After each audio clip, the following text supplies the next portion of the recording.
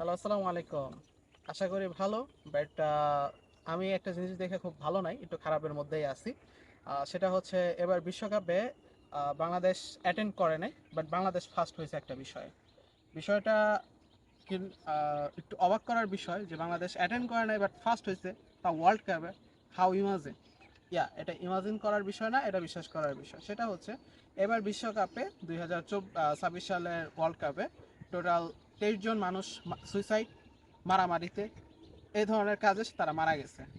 তো আমি গর্ববোধ করি এই কারণে, কারণ আমার বাংলাদেশের 15 জন মারা গেছে।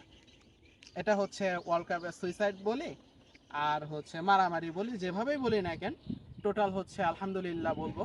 যে কারণ তারা হচ্ছে ওয়ার্ল্ড কাপ যেহেতু এটা ফরজ একটা কাজ, তো সেই ক্ষেত্রে তারা দেখতে গেছে বা তাদের মনে খুব আঘাত পাইছে, সেই ক্ষেত্রে তারা হচ্ছে মারা গেছে। তো 15 জন মারা গেছে, তো এই ক্ষেত্রে আমরা ওয়ার্ল্ড কাপের দিক দিয়ে সাকসেস বলতে পারি। তো আগামী বিশ্বকাপে এই 15 সংখ্যাটা আরো বাড়বে। তো এই আশা ব্যক্ত করতেছি, সত্যি কথা বলতে।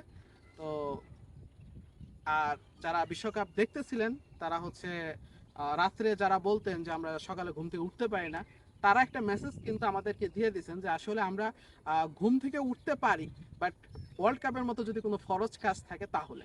তো ধন্যবাদ। বেশি কিছু বলবো না।